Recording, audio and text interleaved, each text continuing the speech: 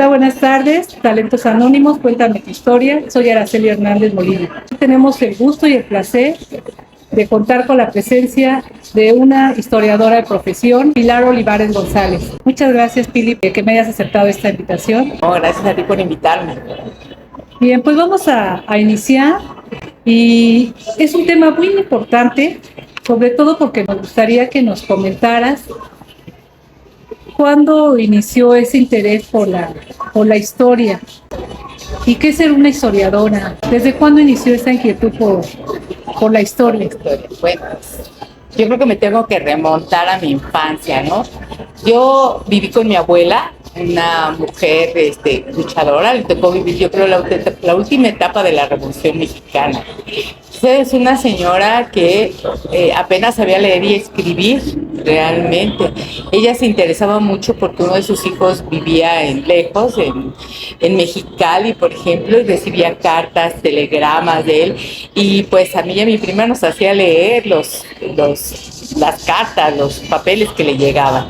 Era muy interesante escucharla. Entonces, cuando ella escuchaba pues la voz de su hijo a través de mi prima y mía, pues empezaba a tener recuerdos y nos contaba cosas maravillosas. A mí se me hacía un mundo fantástico lo que ella me platicaba, ¿no? Aparte nos platicaba, pues yo me quedé a vivir con ella desde muy pequeña. Mi mamá trabajaba, mi papá trabajaba y mi abuela cuidaba a todos sus nietos, que en ese momento íbamos a la escuela, porque la escuela estaba muy cercana a nosotros, enfrente. Nada más pasaba la calle y ya estábamos ahí. Mis primos se fueron yendo, pero yo me quedé sola con ella, porque mis papás y yo vivíamos pues en la casa de ella. La televisión para ella no era tan divertida y nos hizo no quererla mucho. Era nuestro castigo sentarnos a ver televisión. ¿Sí tenía televisión? Teníamos una televisión muy grande de aquella época de bulbos, yo creo, porque era una televisión de ella muy viejita, y pues si nos portábamos mal, como era la que nos cuidaba, nos sentaba frente a la televisión en una sillita. Arriba de la televisión había un reloj de péndulo que se estaba moviendo, ven que me acuerdo, y el sonido del tic-tac era tremendo. Y nos decía, vean la tele, pueden cambiar lo que quieran, y pues nos sentábamos, pero yo oía gritar a mis primos afuera jugando, bote pateado, las traes, y uno sentadita ahí viendo la tele. Entonces para mí la televisión era como un terrible castigo. Mi abuela nos obligó de esa manera a ponernos a leer y a ver el mundo desde otro punto de vista, no frente a la televisión, sino frente a los libros. Alguna vez un psicólogo me dijo, bueno, ¿por qué tú estudiaste historia? Y la misma pregunta que tú me haces, digo, yo creo que este mundo fantástico que mi abuela sin quererlo nos obligó a hacerlo, y yo pues de verdad me metí en las historias, y yo le preguntaba a mi abuela qué le había tocado vivir. Ella le tocó vivir en Zacatecas, en Guadalajara, y me platicó, yo me metí a la historia. De tal manera la platicaba que yo empecé a copiarle su estilo.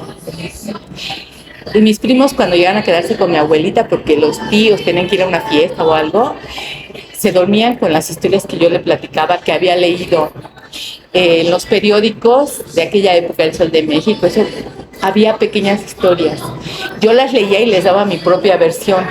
Terminé mi primaria, pasé a la secundaria y tuve una maravillosa maestra de historia. Se llamaba Ela. Nos dio clase de historia, y yo creo que igual que yo se apasionaba de la historia. Y entonces yo me vi reflejada en ella. ¿Tú querías ser como la maestra? Como la maestra. Entonces yo dije, yo quiero ser maestra, innegablemente. No sabía de qué, porque no sabía que existía la carrera de historia. Yo quería ser maestra. Yo creí que ser maestra pues era dar todas las materias. Pues en la secundaria, la verdad, fue una de mis ídolas la maestra. Terminé mi secundaria y hice mi examen para bachilleres, porque en ese momento pues estaba subiendo bachilleres con 5 planteles. Yo fui una de las primeras generaciones, ¿no? De bachilleres 5 satélites. Empieza y me dicen que me van a dar historia, y yo dije, ay, qué padre, ojalá me toque un buen maestro como la maestra Ela. Me fijo en mi horario y veo que me tocaba historia, y fui la primera en llegar y sentarme para conocer a mi maestro. Abre la puerta y era él. ¿Cómo crees? Era nuevamente la maestra. Esta de la secundaria. De la secundaria te la encuentras en bachilleres. En bachilleres, y era la misma. Ela Rodríguez era mi maestra de secundaria, llega a bachilleres. Y entonces me acerco y digo, maestra, yo fui su alumna en la secundaria. ¿En la 54? Sí, en la 54.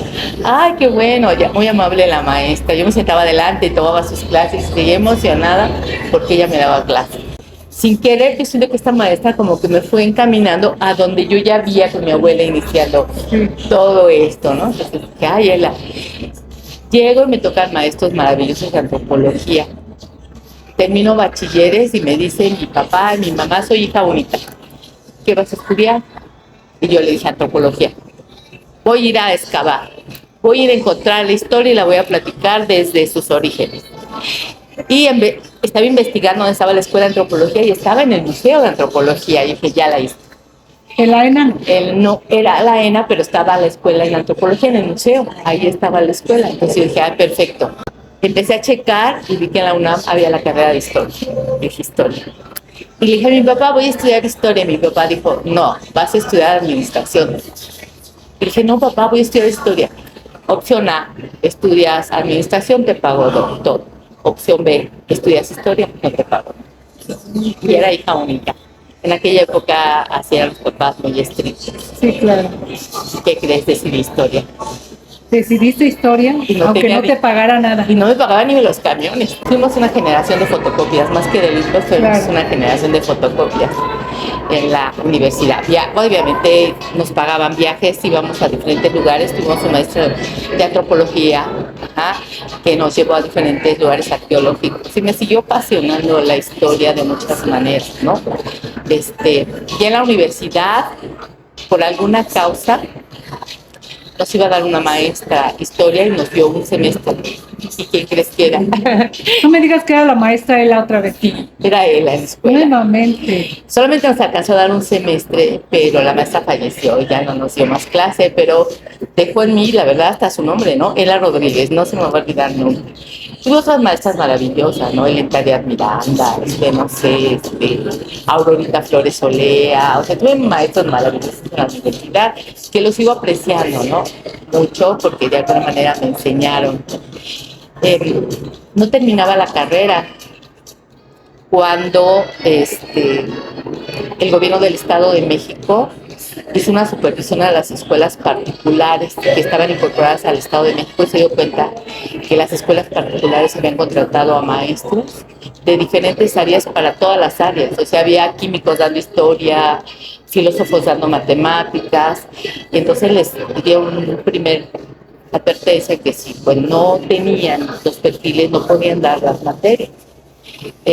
Mi prima empezó a dar clases en algunas escuelas, mi prima mayor, la que digo que es periodista, Leticia, y entonces ella me invita, me dice, oye, vamos a dejar tu currículum y ahora para agosto, pues que te permitan, ya que terminas la carrera, pero vamos a meterlo desde ahorita. Fuimos como por enero. Llego, dejo mi currículum y el director me dice, usted es historiadora. Le digo, todavía no, me falta un semestre, pero ahí vamos. Ok, ¿qué le parece si viene mañana a las 7? Para entrevistarla? Y dije, sí, está bien. Llego a presentarme con el director de la escuela y me dice, a las 7 de la mañana, me dio 7:30, a las 8 y nunca llegó la persona. Y dije, es una broma, me está haciendo una broma este señor. Entonces me paro y había una secretaria que había llegado y le digo, oiga, perdone, fíjese que el director me citó a las 7. ¿Usted es la historiadora? Le digo, sí, permítame, ¿por qué no me dijo? Yo creí que era una alumna, ¿qué necesita? Y yo, pues, no sé, yo quería ir a la escuela, estaba matando horas clase. Y ya me pasan con el subdirector y el subdirector me dice, no, ¿cómo no? Por favor, maestra. Y dije, maestra, perdone usted, soy alumna todavía, ¿no? Y me dice, venga, acompáñeme. Me dice el maestro, bueno, maestra, la dejo con sus alumnos, nos vemos al rato. Y yo, ¿qué? Espérame, y mi programa. No, o sea, no sabía y salí corriendo detrás de él, así como, sale él y yo salgo atrás de él, como, maestra, es que mi programa tengo, es más, no me dijeron que venía a clase.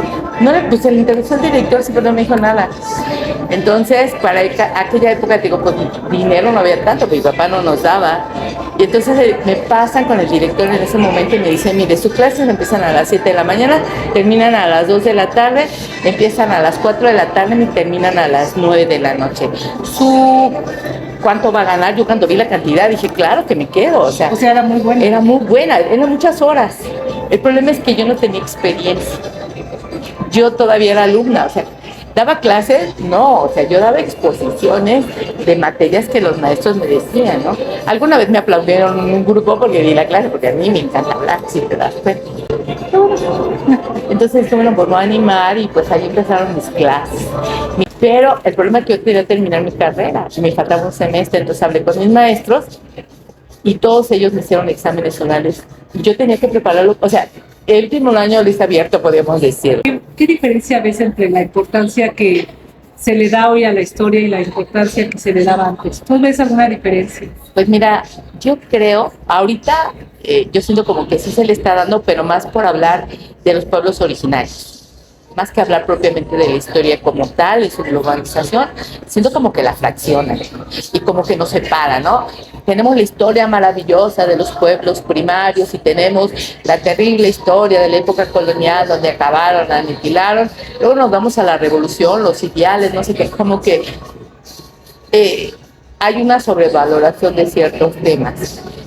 Yo creo, en mi parecer, con mis años de experiencia, que lo que tienes que hacer es enamorar a tus alumnos de la historia y que la vean como vivida, como que ellos participan de la historia, porque si no, entonces se aburren y lo ven como un dato más. Tengo una alumna que me dice, yo le enseñé siglo XIX, escríbelo, y escribe 19 con números decimales.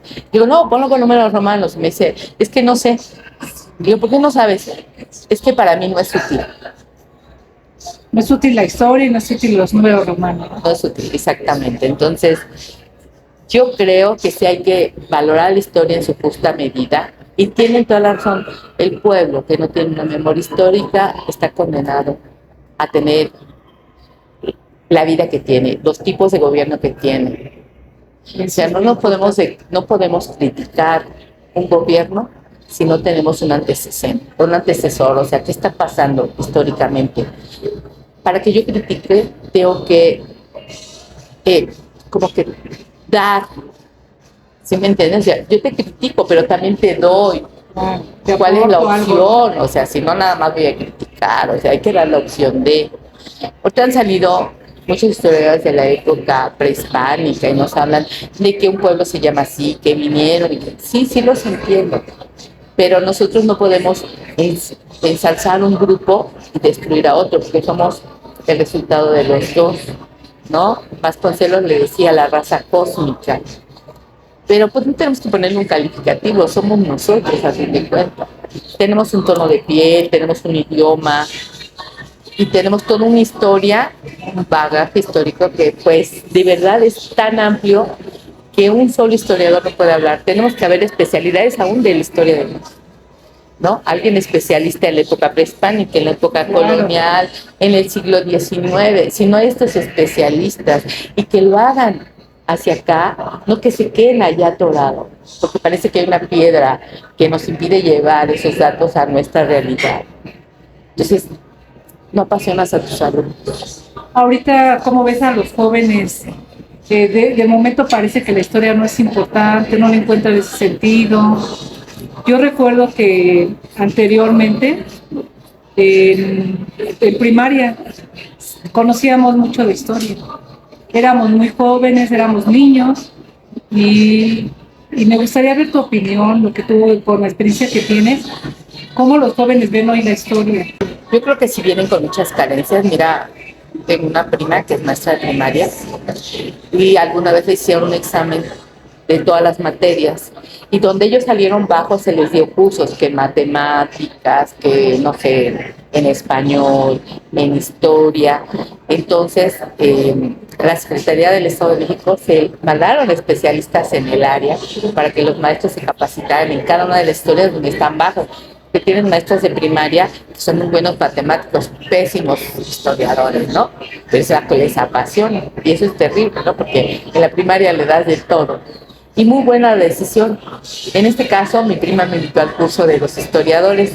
Muy bueno el maestro, nos llevó a vivir la historia.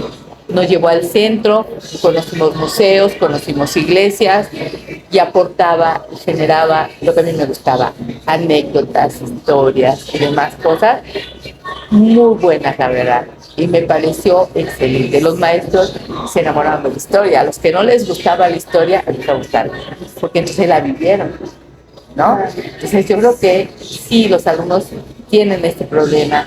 Muchos maestros no son historiadores, tienen otras especialidades, no sé, abogados, sociólogos, hasta antropólogos que se dedican más que un historiador, ¿no?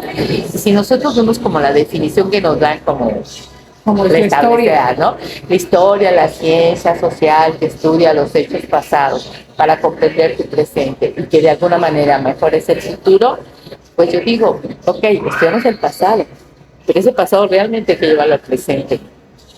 ¿Ahí cómo los llevo? Pues la iglesia menganita de tal fue construida, ¿la conocen? Ah, sí. Por ejemplo, ahorita estamos en Naucalpan. Ah, oigan, Tlatilco, ¿dónde está Tlatilco? Ah, ¿a poco? Pues sus casas están encima de una zona arqueológica llamada Tlatilco, ¿no? Y a poco empiezan, ¿no? Ay, no sabía, ¿no? Cosas así. A mí me encanta, por ejemplo, llevarlos de la mano hasta el mito, ¿no? Contarles leyendas, historias. ¿Qué estrategias utilizas? O sea, ¿utilizas la palabra, la narración? ¿Qué estrategias utilizas para que un estudiante sepa que viven, como el ejemplo que nos ponía, ¿no? Que venimos de un contexto tlatilca, que a veces ignoramos, que vivimos de un contexto, de una historia, de los tlatilcas, que ignoramos todo nuestro pasado, que lo tenemos muy cercano. Sí, mira, primero como que los llevo a la realidad, ¿no? Por ejemplo, les digo, ¿cómo es un elote? Una mazorca de elote. Ella me dice, no, pues así, ¿de qué tamaño? Así, bueno, la primer mazorca era de este tamaño, esta es la original. A través de mucho tiempo, los pueblos originarios fueron modificando genéticamente, pero de manera natural, no química, de tal manera que tú conoces la mazorca de este tamaño. Pero si tú ves la original, mientras más pequeña, obviamente es más el origen. Entonces, ya poco empiezan como que lo palpan, ¿no? O empiezo diciéndoles, oigan, ¿qué tal un sopecito? ¿Qué tal una fiesta? ¿Con qué se hace? Pues con una tortilla. ¿Saben que Tlaxcala lleva el nombre del lugar donde se hacen las tortillas? Ah, pues sí. O sea, son como datos que les van abriendo como el interés al área donde vas. Entonces les vas abriendo el camino y ahí vas como un cuchillito de mantequilla, ¿no? Entrando para que el chico aprenda. ¿Y para leer? Y para leer, ¿qué les hago? Les hago lecturas que les sean a ellos atractivas.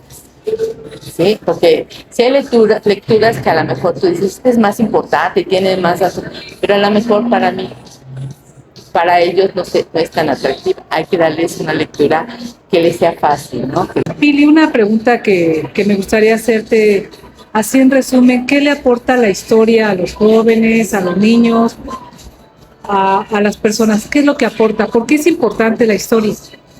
Yo creo que los ubica en su realidad. No somos de otro país, somos de México. Tampoco hay que llegar a un nacionalismo exaltado, obviamente que, pero sí nos ubican en nuestra realidad. Y desde chiquitos saben quiénes son, dónde viven, dónde habitan. Y si nos ubican en nuestra realidad, obviamente vamos a ser quienes somos. Que estamos presentes. ¿Sí? Y obviamente no vamos a agachar nuestro pasado ni a criticarlo, simplemente a vivir ese presente y estar en el presente.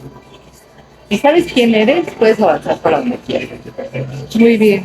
Yo creo que es un privilegio tenerte con nosotros porque hay muy pocos maestros, hay muy pocos historiadores y creo que en este momento hay una carencia de historiadores. Y pues agradecemos mucho por esta charla, por esta entrevista, por habernos brindado esta entrevista, por darnos a conocer datos muy interesantes de la historia y pues agradecerte mucho por esta tarde.